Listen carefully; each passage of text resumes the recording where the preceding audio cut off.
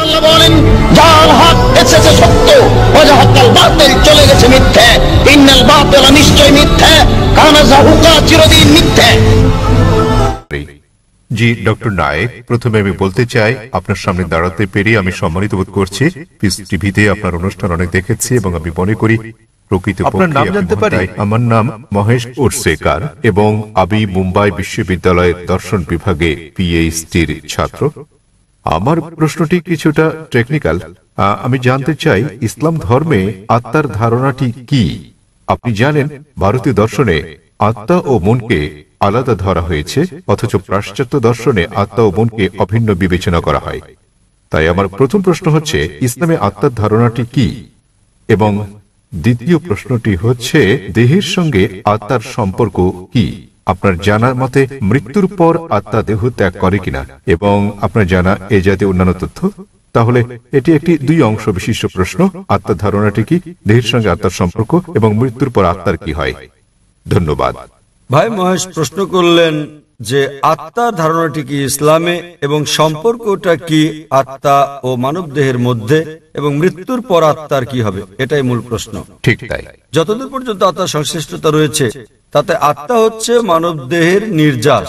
আল্লাহ সুবহানাহু ওয়া তাআলার অন্যান্য সৃষ্টির তুলনায় মূল গুরুত্বপূর্ণ বিষয় এটা। সর্বশক্তিমান ঈশ্বরের সৃষ্টি, মানুষের সঙ্গে তাদের বড় ধরনের পার্থক্য হচ্ছে এই আত্মা, এবং এটাই হচ্ছে সারাংশ যা একজন ব্যক্তির মৃত্যুর পরও থেকে যাবে। পরে এটা আলোচনা করব।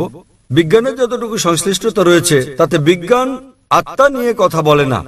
এখনো বিজ্ঞান সে পর্যায়ে পৌঁছেনি যে পর্যায়ে পৌঁছলে আত্মার অন্তঃসার রহস্য উদ্ঘাটন করা যায়। তবে গবেষণা করা হয়েছে, যখন কোনো জীব মারা যায়, উদাহরণস্বরূপ মানুষের সঙ্গে তুলনা করলে, যখন একটি প্রাণী মারা যায়, মৃত্যুর পরক্ষণেই সেটির ওজনের কোনো তারতম্য ঘটে না। তবে যখন আমরা একজন মানুষের ওজনের বিষয়টি বিশ্লেষণ করি, যখন তার জান কবজ করা হয় এবং সে মারা যায়, তাৎক্ষণিকভাবেই তার ওজন কমে যায়। এর অর্থ হচ্ছে মৃত্যুর পর মানুষ কিছু হারায় যখন সে মারা যায়, কিন্তু বিজ্ঞান এখনো সে পর্যায়ে পৌঁছেনি যে পর্যায়ে পৌঁছলে আত্মা ঠিক কি তা বলা যায়। আত্মা হচ্ছে নির্যাস মানব দেহের। পবিত্র কোরআনের সূরা আলে ইমরান অধ্যায় নম্বর 3 আয়াত নম্বর 185-তে আল্লাহ তাআলা বলেন, কুল্লু নাফসিন যায়কাতুল মউত, প্রত্যেক আত্মাকে মৃত্যু স্বাদ গ্রহণ করতে হবে। এই আয়াতে ইহকাল হচ্ছে পরকালের জন্য পরীক্ষা। কোরআনে আল্লাহ বলেন সূরা মুলক অধ্যায় নম্বর 67 আয়াত নম্বর 2, আল্লাযী খালাকাল মাউতা ওয়াল হায়াতা, অর্থাৎ আল্লাহ জীবন ও মৃত্যুকে সৃষ্টি করেছেন তোমাদের মধ্যে কর্মে কে উত্তম তা জানতে। তাই এই পার্থিব জীবন পরকালের জন্য পরীক্ষা, এবং প্রত্যেক আত্মাকে মৃত্যুর স্বাদ নিতে হবে। একজন মানুষ মারা গেলে তার আত্মা দেহের মধ্যে থাকে না, কিন্তু বিচার দিবসে যখন তাকে পুনরুত্থিত করা হবে, তখন তার করা নেক কাজ ও পাপ কাজের উপর ভিত্তি করে বিচার দিবসে সর্বশক্তিমান ঈশ্বর, তিনি মালিক ইয়াউমিদ্দিন, অর্থাৎ তিনি বিচার দিবসের মালিক। দুনিয়ার জীবনে আপনি যেমন কাজ করেছেন তার উপর ভিত্তি করে সেদিন আপনার জন্য নির্ধারণ করা হবে আপনি বেহেশতে না দোজখে যাবেন। সুতরাং আত্মা জীবিত থাকে, আত্মা মরে না। এটি কেবল মৃত্যুর স্বাদ গ্রহণ করে যখন কোনো মানুষের দেহ মারা যায়। যখন দেহ প্রাণের সঙ্গে থাকে তখন সে মানুষ।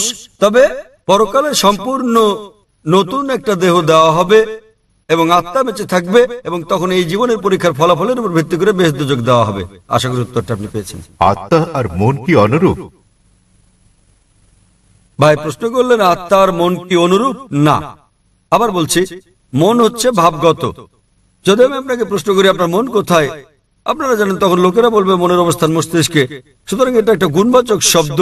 যেমন আমরা যখন বলি নিজের কাজে মন দাও, তো মনে রাখার কথা বললে লোকেরা মস্তিষ্ক খাটিয়ে ভাবতে শুরু করে, কিন্তু এর অর্থ এই নয় যে মন মস্তিষ্কের মধ্যে রয়েছে, বরং এটা ভিন্ন কিছু। তাহলে আবারও প্রমাণিত হলো যে মন একটা গুণবাচক শব্দ। আমি জানি না মনকে কোথাও স্থাপন করা হয়েছে কিনা। যখন আমরা মন সম্পর্কে কথা বলি সাধারণত মস্তিষ্ক সম্পর্কে ভাবি, কিন্তু সেটা একটা গুণবাচক শব্দ। আশা করি উত্তরটা পেয়েছেন। আপনাকে ধন্যবাদ।